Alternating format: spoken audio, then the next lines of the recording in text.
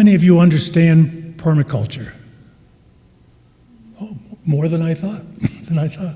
I looked up a definition that even I could understand, and let me tell you what I found. It's a system designed for sustainable living and land use. The harmonious integration of landscape and people that provide food, energy, shelter, and other needs in a sustainable way. Right now, if you look around the room, most of us have enough, right? We have food to eat, we have water to drink. That's not quite the same in some of the communities that we visit with our water projects. And how long will we be safe? Right? In June, I heard Ben and Victoria talk to UU, and I thought, this is something that we must hear. So immediately, in fact, the same day, I emailed Ben, and I said, would you be kind enough to do your presentation for us? And they graciously agreed. Ben Zion Potashnik, I did it? Hey, there we go. Is an entrepreneur, human rights activist, philanthropist, and environmental leader. He retired as a state senator from Vermont in 2001 to pioneer solar and wind energy and to mitigate the climate crisis here in Mexico. Victoria Collier is a writer, artist, and a grower. In the early 2000s, she co-founded and directed Tierra Lucerno, a nonprofit organization located in a permaculture demonstration site designed by Bill Mollison in Taos, New Mexico. And she oversees the development of farm and community outreach programs at Tikkun Eco Center. Ben and Victoria, welcome to Midday Rotary. We're very interested to hear about your site. Welcome. Hi, everyone. Thank you so much for having us. I really do feel a lot of love in the room. It's very nice. How many of you saw our presentation to the UUs recently? Oh, good. Okay, so for a lot of you, this is new. Okay, so we have a lot we can talk about and not that much time. So I'm going to move fairly quickly through the beginning of this presentation so we get to the bulk of the projects that we're working on right now that we want to talk with you about the most. But to give you a little background on Tikkun, our eco center that Ben and I have been developing for about 10 years. I've been there about 10, almost 11 years. Ben's been there something like 15. So this is a work in progress.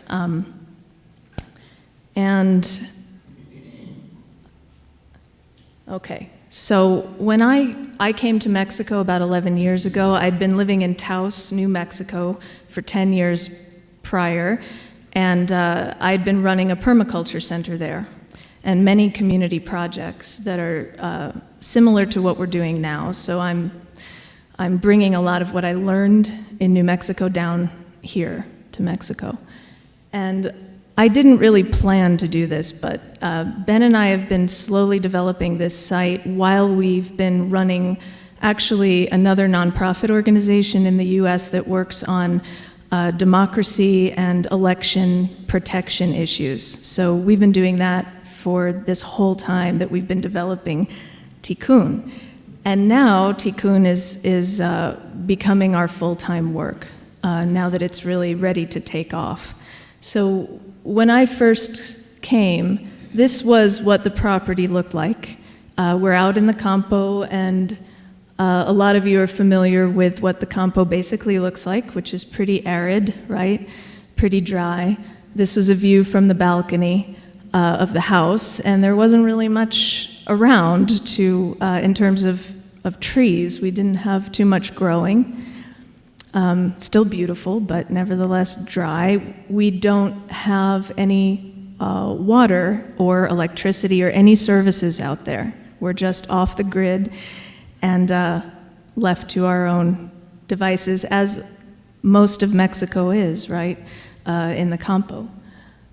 Again, a view of the front of the house. So I just want to give you an idea of how we started. This is Ben delivering our very first load of vegetables to a neighbor. with our dogs. That's what the roads look like. And so what we did in the beginning was really focus on water catchment, because we wanted to start growing a farm, but we don't have any water. So when the monsoons come, this is what it looks like. And we watch them go by from our balcony a lot. And we want to catch that water. So what we started to do is work with permaculture concepts around, first of all, water retention on the property. So this is doesn't look like much, but what it actually is called a swale and a berm. It's a way of doing contoured ditches on the property so that as the water flows, it is penetrating into the land rather than flowing off. This is important to understand as one of the principles of dry land water harvesting in permaculture. So this is a penetration ditch where we're just letting the water sink in. And we started doing this all over the property, which is 2 hectares. It's about 7.5 acres. So we began, I'm sorry, Ben? It's now 3 hectares. Okay. Well, we're in the process of making it 3. Then we began to build reservoirs. So as you can see, we have a lot of hardpan, tepotate. In New Mexico, we call it caliche, but it's the same thing. So when we dig down, it doesn't take long to get to this hardpan. And we began building a number of ponds. I'm going to go through this fairly quickly. Now, I think, how many ponds do we have, Ben? We have 5. Okay. And you can see these pipes coming in. These pipes are funneling water in from the entire property that we've designed so as the water flows down our driveways and off of our roofs, we catch it and we capture it and we funnel it into these ponds. And then here you can see the pipe system. This is coming off the driveway. It's still under construction here. And we have registers where we filter the water naturally with stones and gravel so we don't get too much mud into the ponds. And we spent years just continuously adding water catchment. This right here is a rooftop off of our chicken run water catchment system. So all the water comes right off that roof, fills the tinaco. And you also see down below that cistern on the ground, that's actually part of a worm composting system that captures the rainwater that runs through the worm compost bed and produces tea, compost tea for the garden. So these are all permaculture methods that are very common in permaculture farms, so that you're using all your resources in a number of ways wisely, and you're creating fertility on site. That's what you're hoping to do with your farm. So now here you can see, even in the middle of construction, we had a big rain and the water began to fill the ponds. We hadn't finished constructing yet, and we were already capturing water, and now we have wild ducks. By the way, those are ducks who are coming to land in our ponds. This is a membrane that we use, not the most beautiful. It's at the bottom of our property, but it captures a really good amount of water. Ben can tell you more about the details of this, but you can see that after just a couple of rains, it's filled all the way up. Now, what's happened over time is this is a few years ago, picture of the pond. We've put hyacinths, or as they call them, lirios here. These ponds here are completely covered, as you can see. This is the same plant that is clogging up our presa right now, and it's an enormous environmental crisis here. Well, it's a wonderful resource. We grow them in our ponds. They reproduce just as quickly as they've been reproducing here, but for us, that's a benefit. And it's not an environmental problem because we're not releasing this water into any larger waterway. So as you can see here, we've harvested half of the hyacinths out of the pond, and we use it to mulch and compost on our property. So it's producing an enormous amount of organic matter for us, which we really need. So this is going to become important later in the talk. Yes, we also, so this, here's a picture, a recent picture of the ponds. You can see the hyacinths growing. There's also tilapia in these ponds. So we're growing our own fish protein. This water that's now full of nutrients from the fish, we use to irrigate the property. So using solar power, we pump the water all around the property, and that's why the trees are so happy, because they're getting this nutrient-filled water. So what's been happening over the years is that we are developing an ecosystem around these ponds. And it's beautiful. And we get a tremendous amount of wildlife coming through, especially birds, but we've got all kinds of insects and amphibians, and now ducks are landing in the ponds. And we also have an ornamental koi pond. And anyone who wants koi, please tell us. They had babies. They're beautiful, they're free, please. That's the koi pond. So the land has flourished in this incredible way over the past 10 years, and this is because we've also been planting trees nonstop. So we plant many different kinds. We have a wide variety of native and some non-native species as well. So you remember what the land looked like. Now you'll also notice here, you see the tree planted on the left, how it's mounded up. We've been doing that for years in order to give the trees a better start before they hit that hard pan. This has become important. We have almost 100% survival rate with our trees, and we think this is an important part of it because they don't have a lot of room before they hit the hard pan, but you give them that space and they do well. And we use the lirios, here you can see it. We are mulching the trees. We take them straight out of the pond, put the lirios around, they're full of water. The plant itself is 95% water, so it's a great mulch. And we are going to be promoting this as part of larger reforestation projects that we're working on to increase the survival rates of the trees. And we're working with Ecologia as well on that. We'll get to that at the end of the presentation.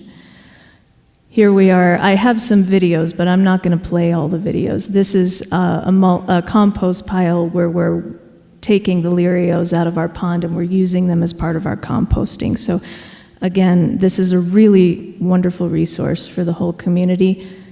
So here is our old before photo again, and now here is a photo from the same spot. You can't see the house anymore. The house is back there though, trust me. Those are our dogs. And I just want you to get an idea of how the land has transformed. Okay, so we'll go through these kind of quickly. It's very beautiful, we love it. And every day that we're there, we just keep thinking that we want to green a lot of areas in San Miguel like this. This is a view from the front of the house. So what we've done is we've really created a microclimate. When you come out there, it's much cooler, especially when you're coming from town. And this was an early picture of our dog Lady looking off the balcony, and you can see the whole campo. This is the same balcony now. You can't see anything except trees, flowers, hummingbirds, and it's just beautiful. This is a view from the balcony. So this is our farm. This is the community farm. So we've just created a beautiful permaculture site, poco a poco, as they say in Mexico. As we had the funds, we planted trees and we built gardens. The whole place is run by solar. We had a little drone photography done, so this was a drone picture taken of some of our solar and wind. That's the wind generator on the top of one of our houses. So the next thing that we did was we began to build a farm. And we work with our local workers who are from the villages surrounding us. So everyone who works with us is actually part of a family, a large family of campesinos in the village surrounding us. And they plow with horses. So we actually rescued these 2 horses. One of them was really malnourished. And now she's fat and spoiled. So she only has to work a couple days a year, and the rest of the time she just eats organic kale. And we began, this is a little maguey nursery that we started years back, and now we have thousands of maguey babies. So we're using that as part of our reforestation plan. So we started a community farm. This became really important during COVID. So one of the things about permaculture is you can create a permaculture site just for yourself and live beautifully and sustainably, but the bigger goal is to serve your community. And a permaculture site should do that. And so when COVID happened, we decided to create a community farm and a food bank. And to support our community, there were many people who were suffering economically when everything began to shut down, particularly older people and single mothers. So in the villages surrounding us, we worked with the delegadas to determine who needed support. And we created this much larger farm. And for 2 years, we had a food bank. And we served about 55 families. And every 2 weeks, we would deliver food to the local schools, and the community would come and pick up. And I actually have a short video, if you all would like to see it. Should I show it? Okay. I'm going to show this briefly so you get an idea. Okay. We made a little video about the food bank. I'm going to need my sound back on, Diego. Okay. So the food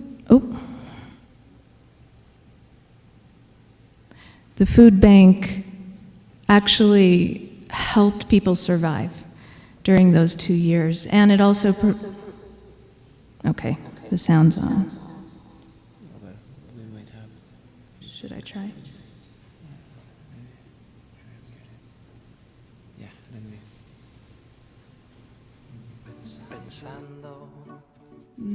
No, Diego, the sound's not working. Sorry, guys. Patience again.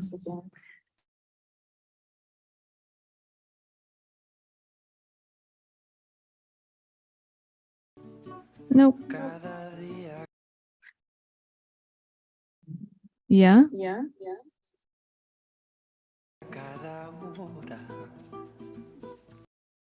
I don't think so. Oh, I see. Okay, let's try this again. Pensando cada día, cada hora.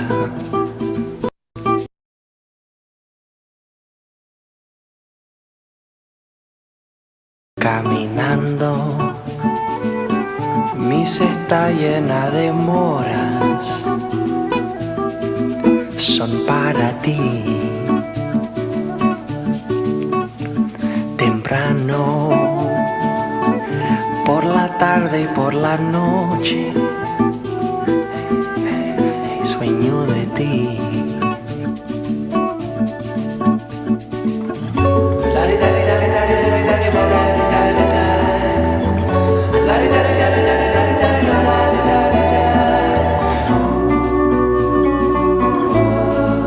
Comiendo pera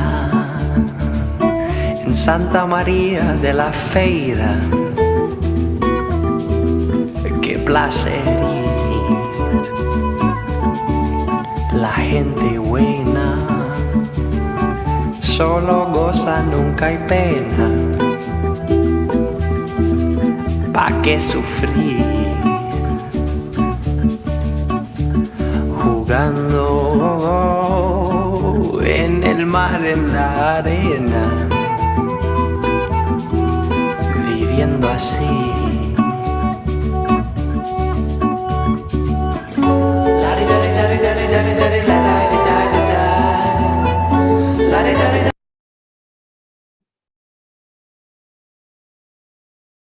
Success. But hopefully you all could see how that worked. Diego, I have a lag. What should I do? Just mute it. Okay. Yay, we're back. All right.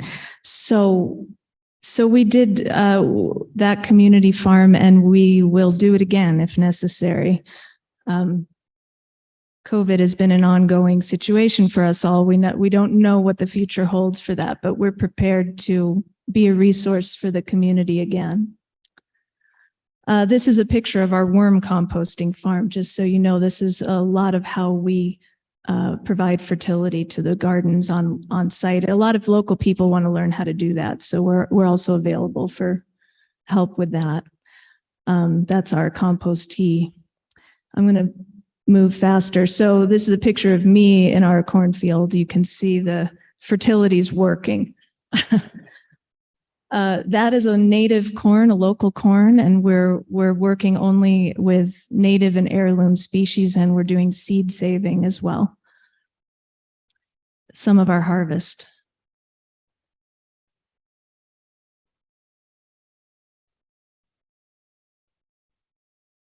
I'm going to move through that quickly. Now we also have a fruit orchard. And we have been using, starting to learn how to work with bees. That's me.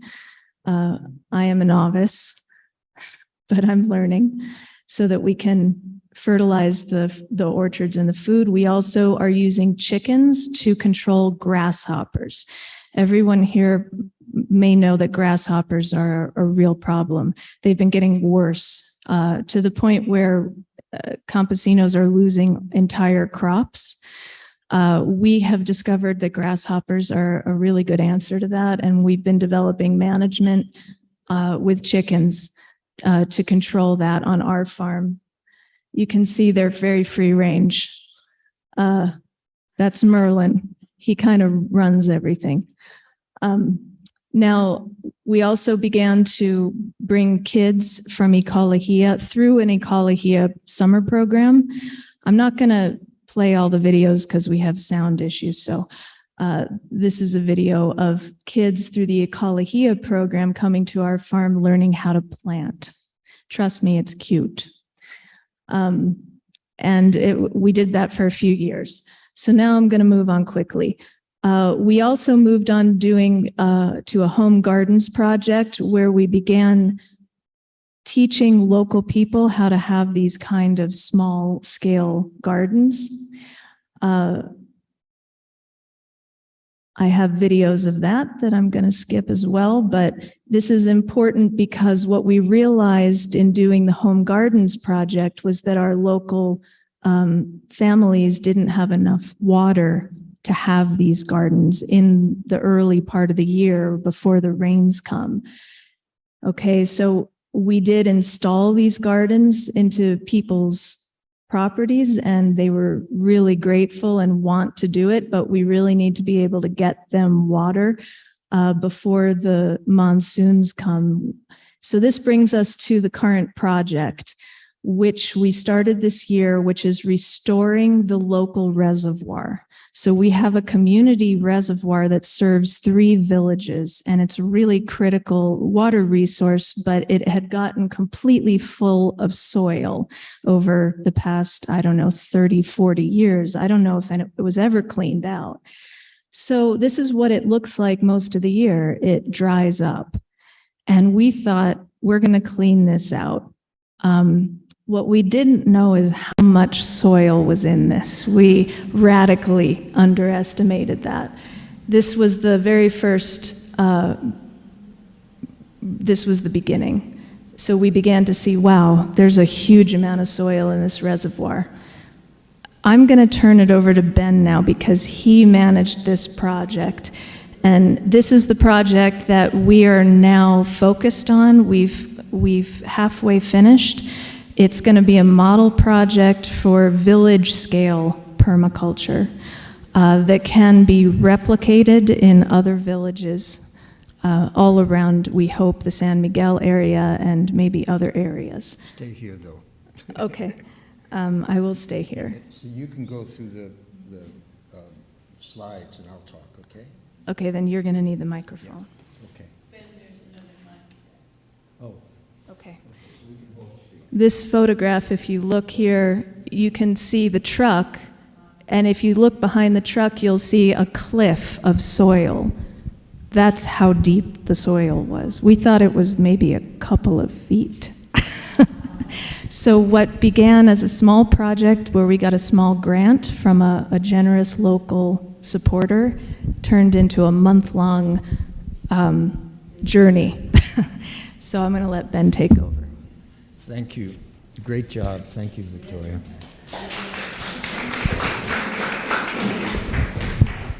So this was a gold mine of soil. Imagine this pond had thousands of sheep and goats and cows and horses coming to this pond to drink every day for 40 years. So we thought we were just going to get silt. We got rich black topsoil, perhaps a little bit too silty. It's dense and it's clay, but it's really rich in nutrients. And the first 500 truckloads we took out of here went back to the local farms above the reservoir, where they had maybe 10 centimeters, 6 inches of soil. So we spread the soil all over the properties, and there's about 8 or 10 farms in the village. And then we kept going, and we had to beg the people who rented us an excavator to give us another week, and then another week. And we went from 1 excavator and 2 trucks to 1 excavator and 2 bulldozers and 7 trucks over the course of these weeks, because it was so dense with water that it wouldn't slide off, the dirt wouldn't slide out of the truck. So we had to put a layer of dry soil in the bottom, then fill up the wet soil. So these trucks were going from 1 bulldozer. We had a merry-go-round of trucks just taking, look at that. That's about 4 meters high, 15 feet of soil at the end. And we wind up getting 1,450 truckloads, 14 meters each, 14 cubic meters each. That's a huge volume.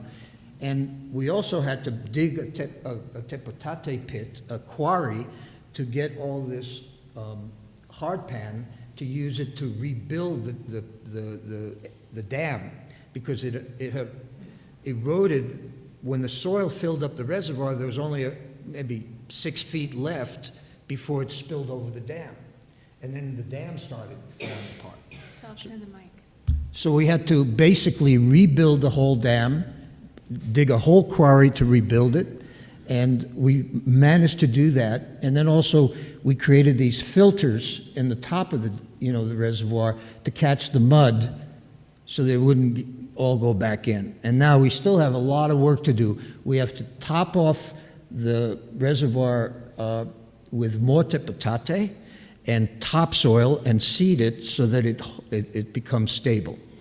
And that took a lot of work. I want want to say one thing. So this was a shot of what happened in the first rains this year. You all know we haven't had a great monsoon season, and it came very late. So after we had cleaned this whole reservoir out, we sat there without any rain for 2 months. It was a little distressing, you know. It was depressing. We were getting worried, you know. And so literally you can see this little puddle that was in there for weeks. Then what happened is it slowly started to fill. And as it began to fill, the animals began to come. And we happened to catch this group of horses and their babies that had shown up to come visit and also to take a swim. But that's what it looked like for about a month, just that little puddle. Now this is after the last rain that we finally had a significant rain. That's one night's rain. That is one night's rain, and it's maybe about half filled? Yeah, almost a half full. Yeah, and not just that one pond, but also the quarry. So you see the quarry here in the front. That's a very deep, very, very deep. And in fact, it's deep all the way around. So I don't know about how much water we think is there now. We figured we captured about 1 million liters of water in that one rain.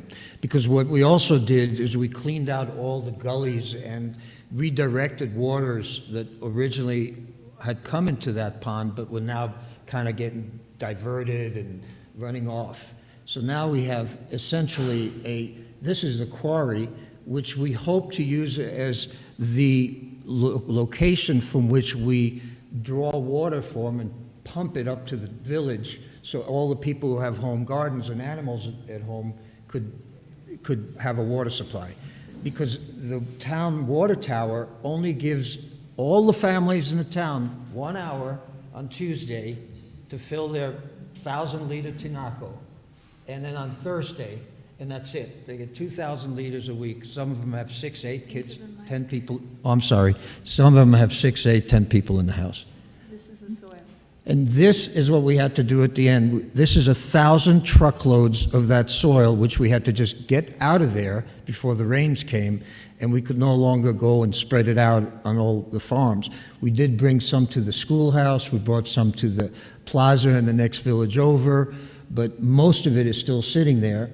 And this flat area in front, we had a town meeting last week, and the town decided that we will build a park here. We'll start seeding it with trees.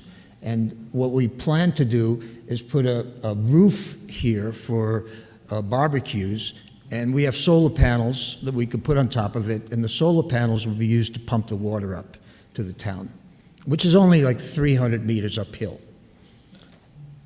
Okay. Okay, Go ahead. Okay. So the other, to finish up here, what we want to do is use that soil to build a park and also do a reforestation project around the Bordeaux. And we are, it looks like, going to be partnering with Ecologia on that. They are doing some reforestation projects around town using native species, and they're also using the lirios from the Presa. This is a photo of the crisis that we all know about here, where the lirios are taking over our reservoir, our municipal reservoir. This is what they look like when they're out of the Presa. They become beautiful mulch and compost, really actually excellent compost. And this was a video of the lirios running like a river, running as a river, down the Laja River. So we all know that this is an enormous crisis. So we want to work with Ecologia to utilize this resource by using the mulch for reforestation, because we need to do reforestation here, but a lot of the trees don't make it because they're not properly planted or mulched. The mulch is going to cut down on water usage by 50%. That's really significant. So utilizing our knowledge of dryland water catchment, after we did this project of cleaning out the reservoir, we have a lot of knowledge about how to do this now. And with Ecologia working to do a reforestation project, This is in a community called Las Brisas, which is here in San Miguel. This is a park, a public park, and they have started this little tiny forest, which you can see is just starting here. With native tree species, and they've actually mulched the entire thing with the lirios, with the hyacinths. So it's really good that they're doing that already. So they're gonna be working with us on the next phase of this Bordeaux project that we've been working on, and they're really interested, as we are, in making it a model project, because this is the kind of thing that we could be doing in communities all around to create water and food security for rural families and villages. It's a really good model project, so we're really excited about it. Yeah, I just want to say one thing. Ecología wants to turn this park and reforestation project around the San Jose Reservoir into a model project that they take to other places around San Miguel. There's a lot of Bordeaux all over San Miguel and in the state of Guanajuato and around here that have been abandoned and are no longer in use, and they will be very important for food resilience, water resilience in the future as climate change becomes a real serious problem. So thank you very much for your time. Really appreciate it.